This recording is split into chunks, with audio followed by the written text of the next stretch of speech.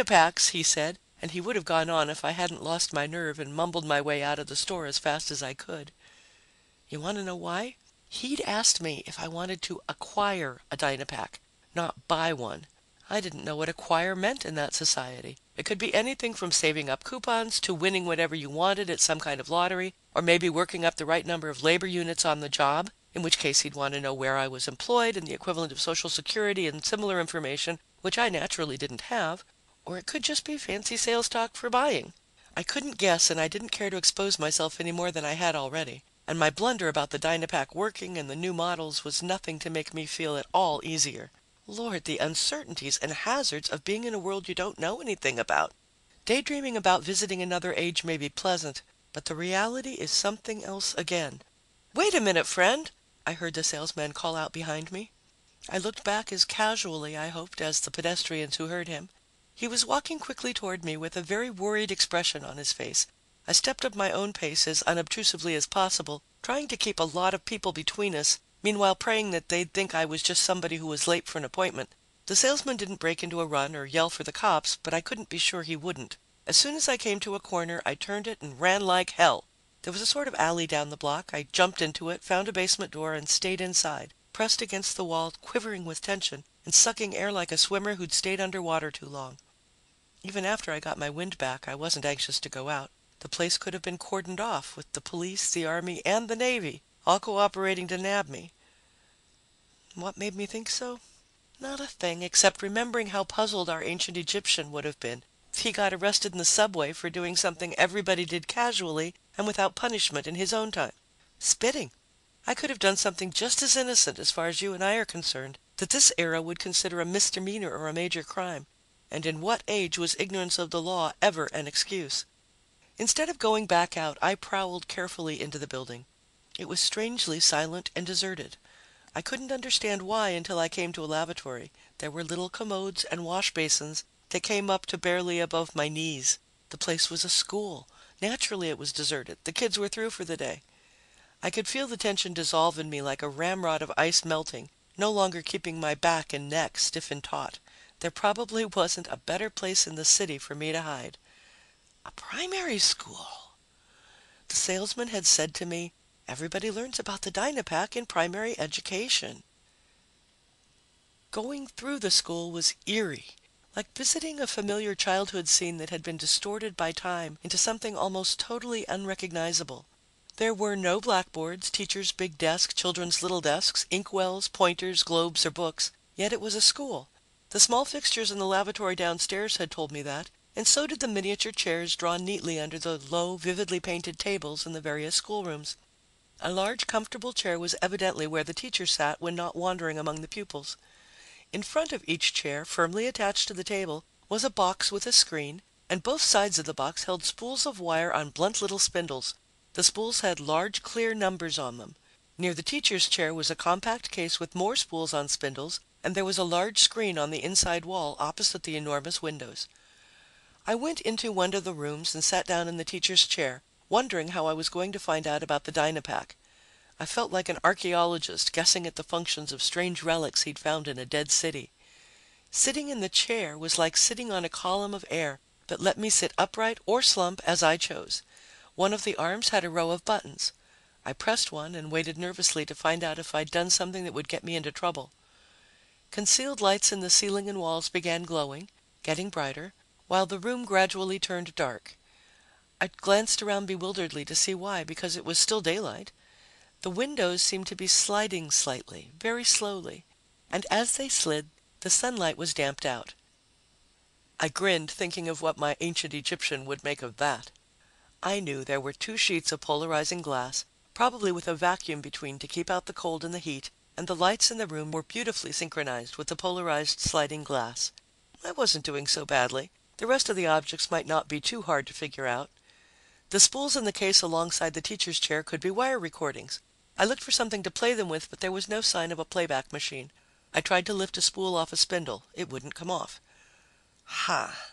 The wire led down the spindle to the base of the box, holding the spool in place. That meant the spools could be played right in that position.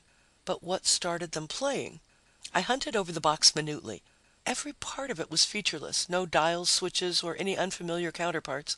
I even tried moving my hands over it, figuring it might be like a theremin, and spoke to it in different shades of command because it could have been built to respond to vocal orders. Nothing happened. Remember the Post story that shows the best place to hide something is right out in the open, which is the last place anyone would look? Well, these things weren't manufactured to baffle people any more than our devices generally are, but it's only by trying everything that somebody who didn't know what a switch is would start up a vacuum cleaner, say, or light a big chandelier from a wall clear across the room. I'd pressed every inch of the box, hoping some part of it might act as a switch, and I finally touched one of the spindles. The spool immediately began spinning at a very low speed, and the screen on the wall opposite the window glowed into life.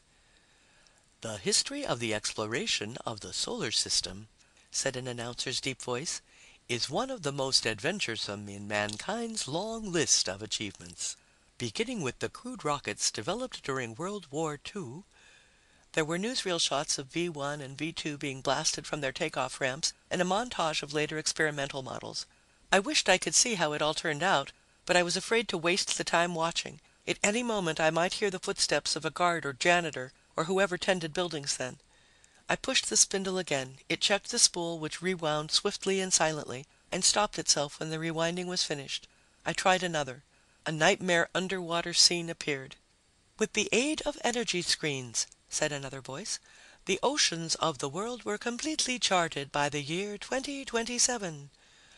I turned it off, then another on developments in medicine, one on architecture, one on history, the geography of such places as the interior of South America and Africa that were or are unknown today, and I was getting frantic, starting the wonderful wire films that held full-frequency sound and pictures in absolutely faithful color, and shutting them off hastily when I discovered they didn't have what I was looking for. They were courses for children, but they all contained information that our scientists are still groping for, and I couldn't chance watching one all the way through. I was frustratedly switching off a film on psychology when a female voice said from the door, "May I help you?"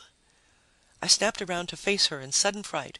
She was young and slim and slight, but she could scream loud enough to get help. Judging by the way she was looking at me, outwardly polite and yet visibly nervous, that scream would be coming at any second. "I must have wandered in here by mistake," I said, and pushed past her to the corridor, where I began running back the way I had come. "But you don't understand," she cried after me. "I really want to help." Yeah, help, I thought, pounding toward the street door. A gag right out of that psychology film, probably. Get the patient to hold still, humor him, until you can get somebody to put him where he belongs. That's what one of our teachers would do, provided she wasn't too scared to think straight, if she found an old-looking guy thumbing frenziedly through the textbooks in a grammar school classroom. When I came to the outside door, I stopped. I had no way of knowing whether she'd given out an alarm, or how she might have done it, but the obvious place to find me would be out on the street, dodging for cover somewhere. I pushed the door open and let it slam shut, hoping she'd hear it upstairs. Then I found a door, sneaked it open, and went silently down the steps. In the basement, I looked for a furnace or a coal bin or a fuel tank to hide behind, but there weren't any. I don't know how they got their heat in the winter or cooled the building in the summer. Probably some central atomic plant that took care of the whole city, piping in the heat or coolant in underground conduits that were led up through the walls, because there weren't even any pipes visible. I hunched into the darkest corner I could find and hoped they wouldn't look for me there. By the time night came, hunger drove me out of the school, but I did it warily, making sure nobody was in sight. The streets of the shopping center were more or less deserted. There was no sign of a restaurant. I was so empty that I felt dizzy as I hunted for one. But then a shocking realization made me halt on the sidewalk and sweat with horror. Even if there had been a restaurant, what would I have used for money? Now I got the whole foul picture. She had sent old people back through time on errands like mine, and they'd starved to death because they couldn't buy food. No, that wasn't right. I remembered what I had told Lou Pape. Anybody who gets hungry enough can always find a truck garden or a food store to rob. Only I hadn't seen a truck garden or food store anywhere in this city.